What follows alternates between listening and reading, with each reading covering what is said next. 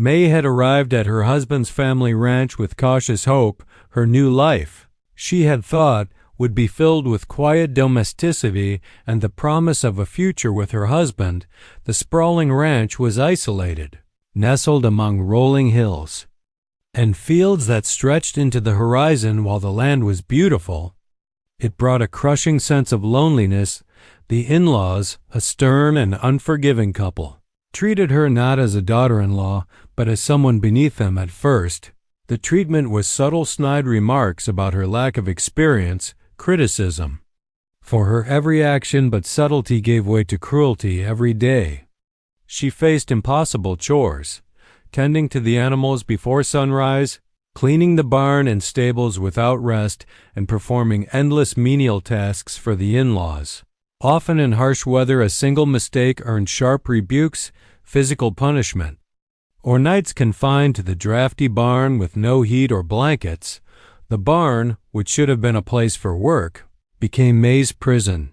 Its wooden walls were cold and unforgiving, and the smell of hay mixed with dirt and sweat clung to everything. She would sit on the hard floor at night, knees drawn to her chest, bruises warming painfully beneath the dim light of a single lantern. Each night she whispered silent prayers, hoping anyone would hear her, though deep down she feared no one would. Her husband, though present in the home, was passive. He never intervened. Perhaps it was fear. Perhaps it was learned obedience to his parents.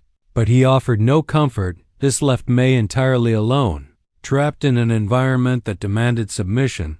She quickly learned to hide her emotions, to move quietly, to anticipate every capricious whim of her in-laws. Silence became her armor.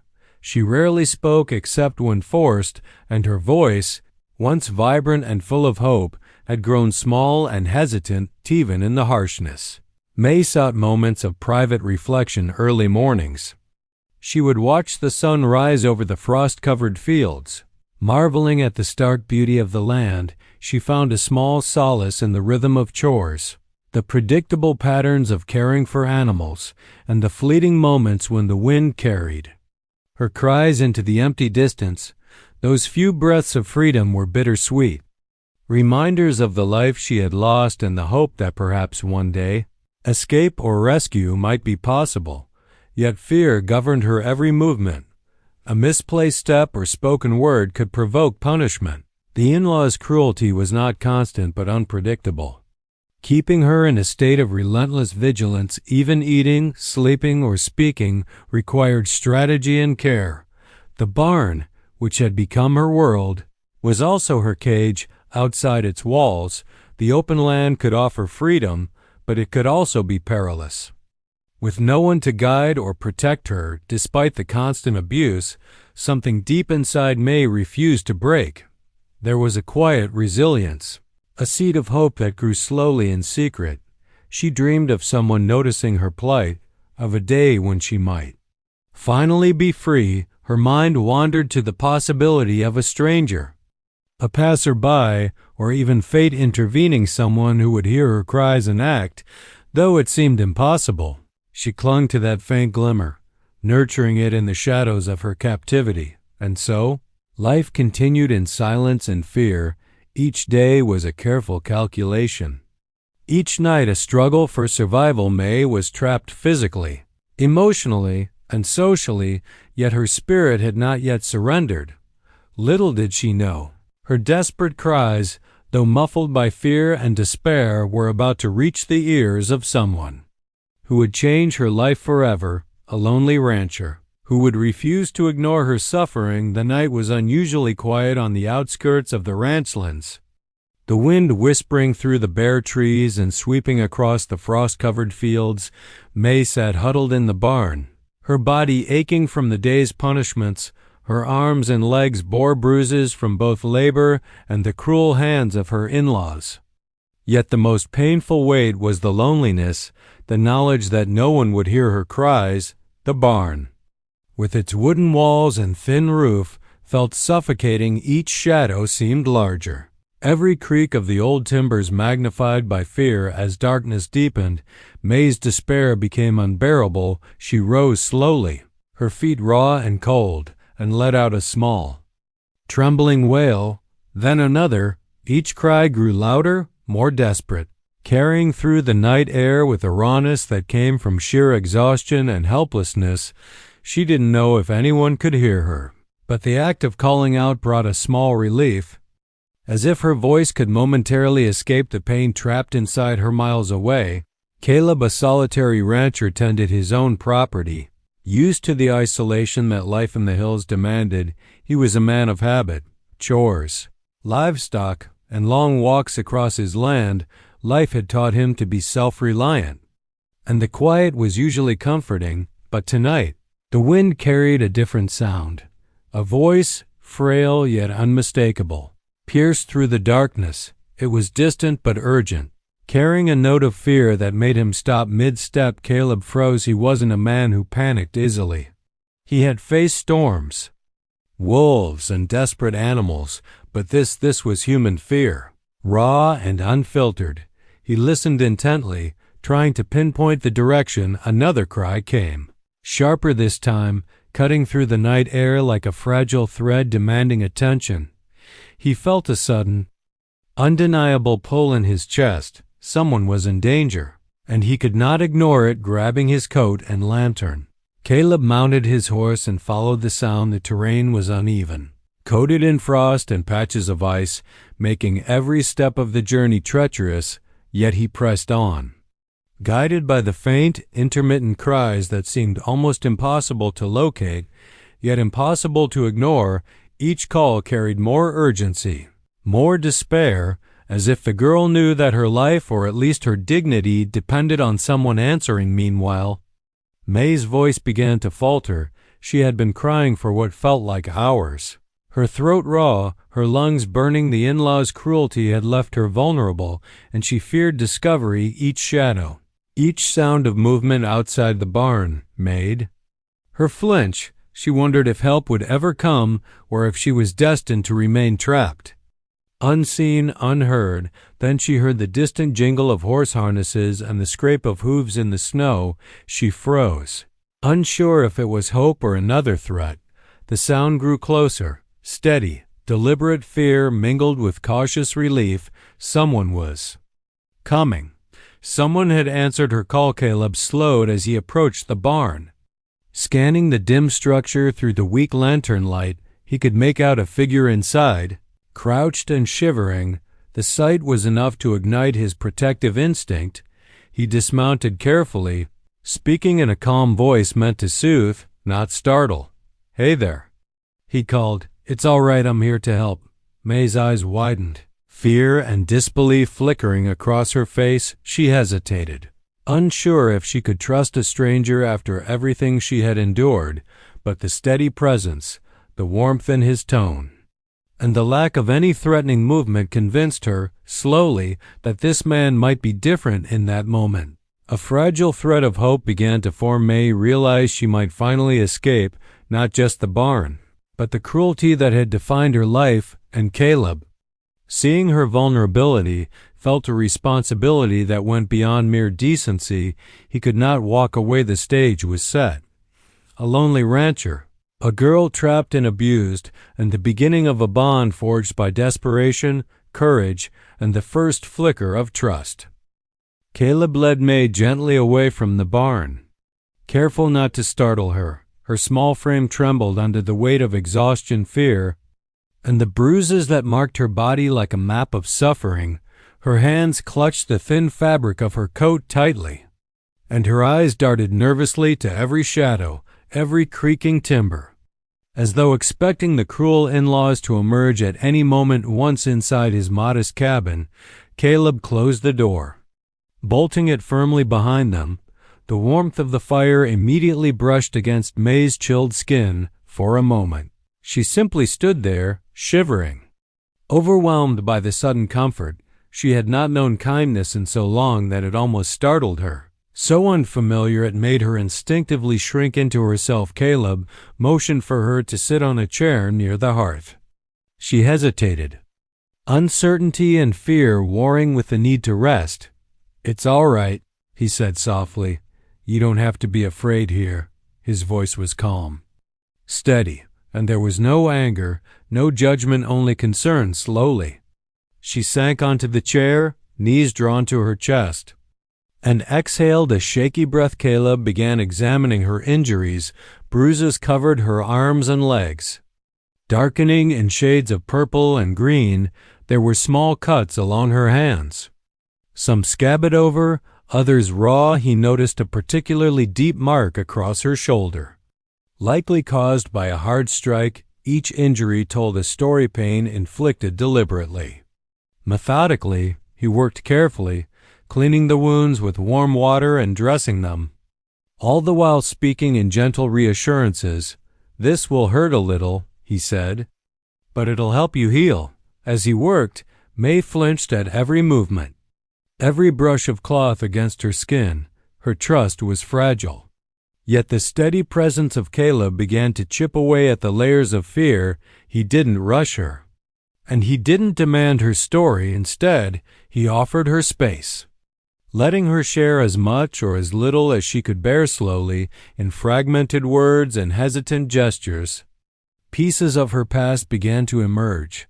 She drew on scraps of paper, sketching the barn, her in-laws, and shadowy figures representing the fear she had lived under. Each illustration was a clue, a window into the horrors she had endured. Caleb watched, piecing together a story of relentless abuse, isolation, and oppression.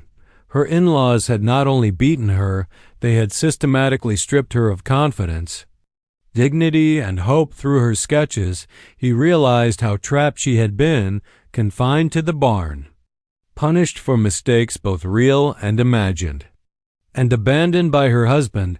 The girl's resilience astonished him. Despite her fear and trauma, she had survived. She had endured the harshest conditions with nothing but her will to live, and now, faced with genuine care and protection, a spark of hope was beginning to kindle in her eyes. Caleb spoke softly, carefully choosing his words. "You're safe now. Nobody here is going to hurt you."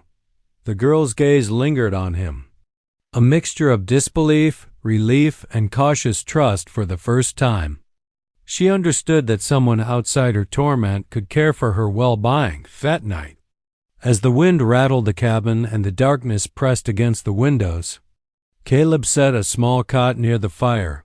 He placed a blanket over her, offering warmth not just for her body, but for her spirit, which had been cold and battered for so long.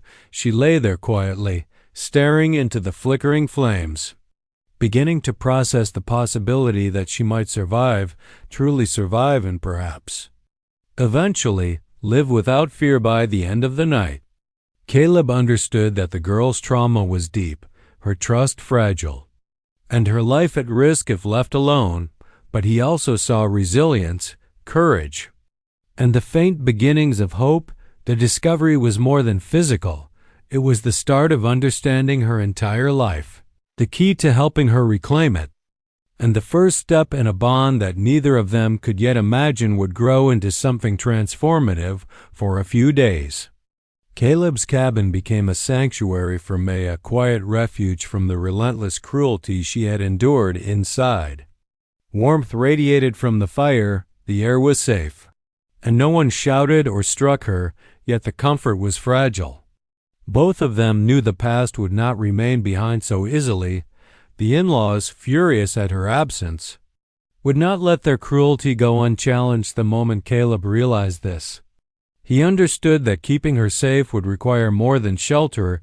It would require vigilance, preparation, and strategy. May spent the first day learning simple routines in the cabin, tidying, feeding the small animals Caleb kept, and organizing supplies. At first, she performed these tasks mechanically, still frightened and withdrawn, but gradually, she began to absorb the rhythm of the place, and with it, a faint sense of control. She realized she could act without fear of punishment, and that realization was powerful. Caleb noticed the small changes, the way her shoulders relaxed slightly, the way she began to meet his gaze without flinching. Then came the first warning that danger had not disappeared. Caleb had ridden into town for supplies when a friend, observing from the general store, mentioned seeing two suspicious men asking questions about a young woman matching May's description. They had wandered the outskirts of the area, watching ranches, looking for someone. Caleb's jaw tightened. He understood immediately.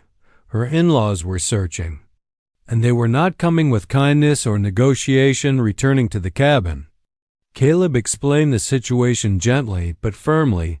"They're coming for you," he said. "We have to be ready, but we'll do it smart, no rushing. No mistakes, I won't let them harm you." May's reaction was immediate. Fear surged through her. The instinctive terror drilled into her from months of abuse. Her body trembled, and she instinctively drew back from him, yet the careful way he spoke, the calm in his tone, reassured her just enough that she stayed. Caleb began teaching her the basics of staying safe.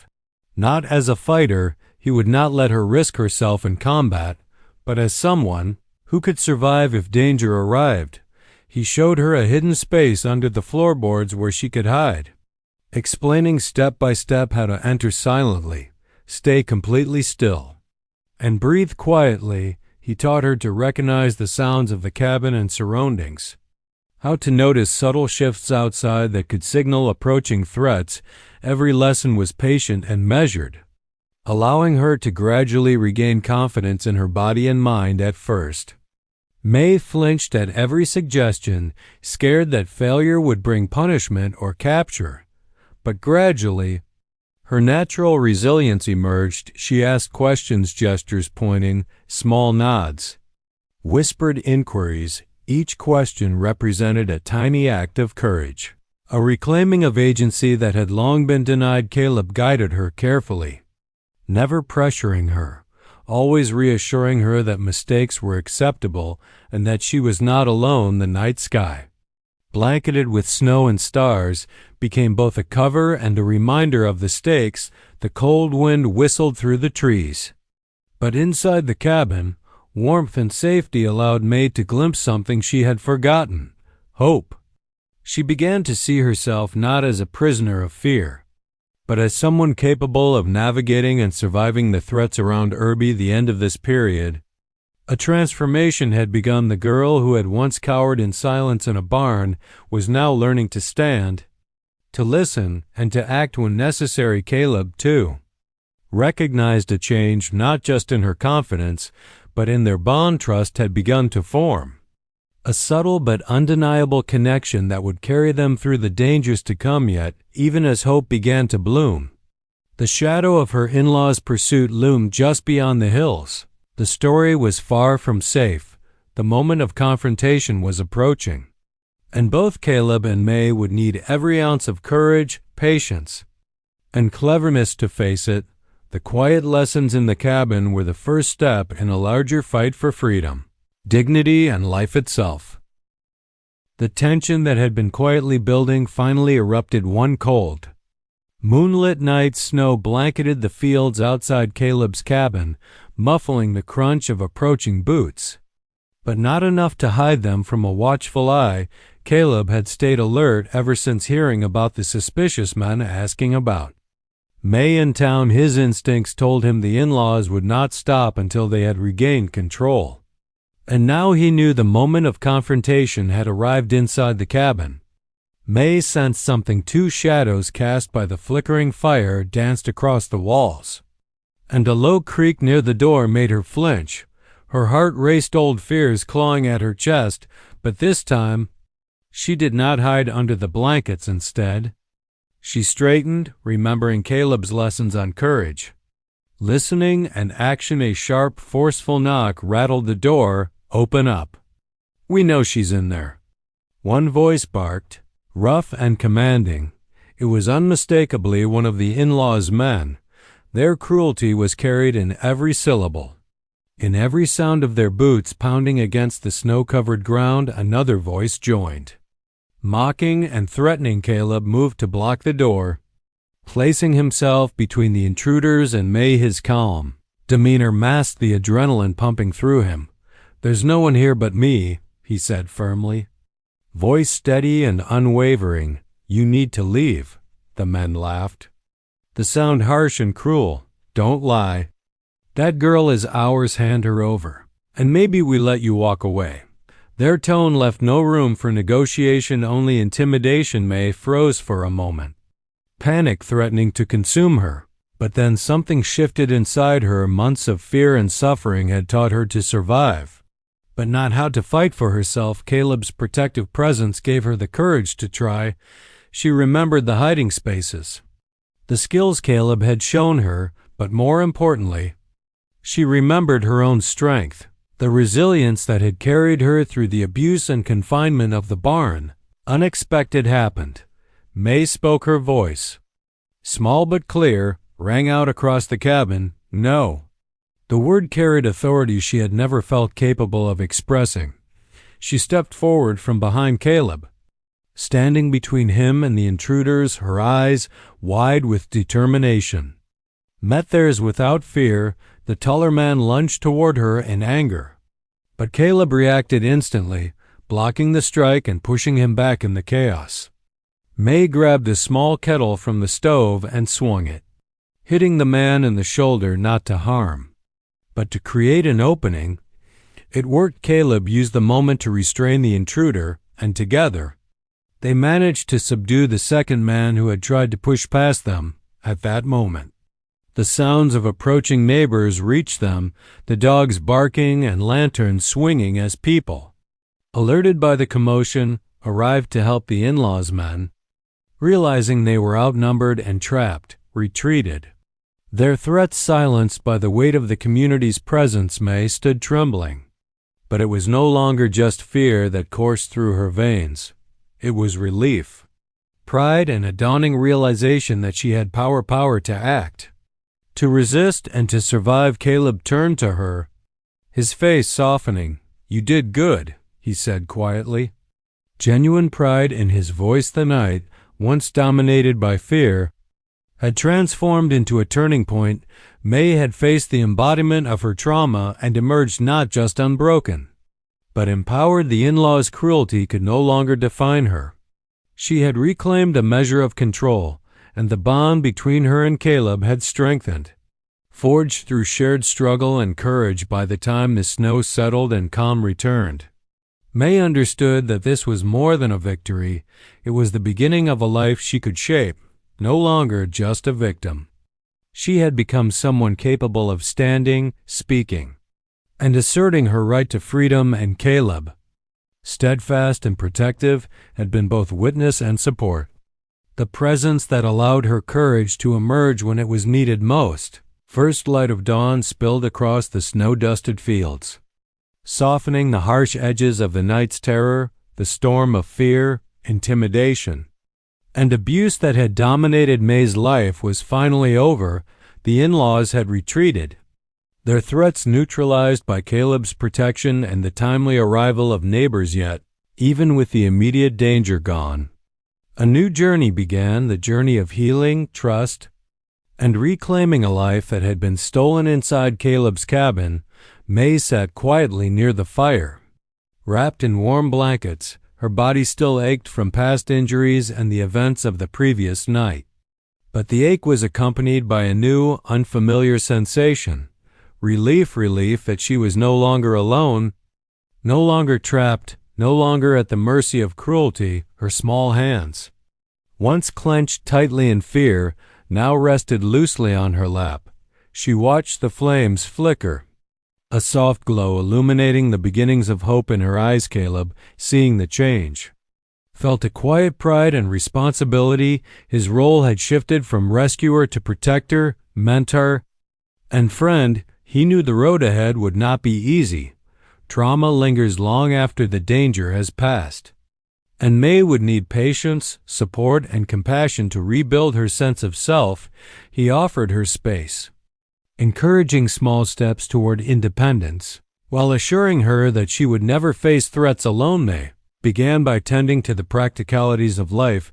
Caleb provided clean clothes and proper nourishment, helping May regain physical strength.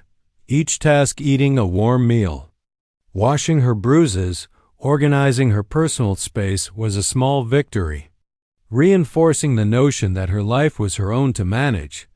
These simple acts carried immense psychological weight, showing her that kindness could replace cruelty, that safety could be more than a fleeting illusion once physical needs were met. Attention turned to emotional healing. Caleb spoke gently about the future. Encouraging May to envision a life beyond fear, he offered choices, small, manageable decisions that helped her regain sense of agency, even something as simple as choosing her daily routine or picking a place to sleep reinforced the understanding that she had control over her own life. Slowly, the walls she had built around her heart began to lower. Replaced with cautious trust, the symbolic act of reclaiming her identity came next. May had spent months stripped of her name, treated as property rather than a person. Together, they chose a new name for her, a name that resonated with hope, strength, and resilience. This act was more than symbolic. It marked the start of a life where she could define herself, where the past no longer dictated her present. She repeated the name aloud, savoring the sound, letting it sink into her bones. It was hers, entirely hers. Community support reinforced this newfound sense of security. Caleb introduced May to neighbors and friends he trusted, creating a network of care around her. Slowly, she learned to interact without fear, to speak freely, and to begin trusting that others could act with goodwill rather than cruelty. Each day brought small triumphs: a conversation without panic, a walk outside without trembling, laughter that came unbidden and genuine. By the time the first snow melted and fields turned to early spring green, May had transformed. She was no longer the terrified girl locked in a barn. She was a survivor, a young woman claiming her life and future. The bond between her and Caleb deepened, forged in adversity and tempered by trust. While their relationship was not rushed, there was a quiet understanding, a shared history of struggle, protection, and mutual respect that hinted at a lasting connection. As they walked together across the fields, sunlight warming their faces, the story of fear, abuse, and captivity faded into memory. Ahead lay possibility, autonomy, and the promise of a life shaped by choice rather than oppression. May had survived, endured, and reclaimed her existence, and in that reclamation, she discovered not just safety, but hope, resilience, and the quiet power of human connection.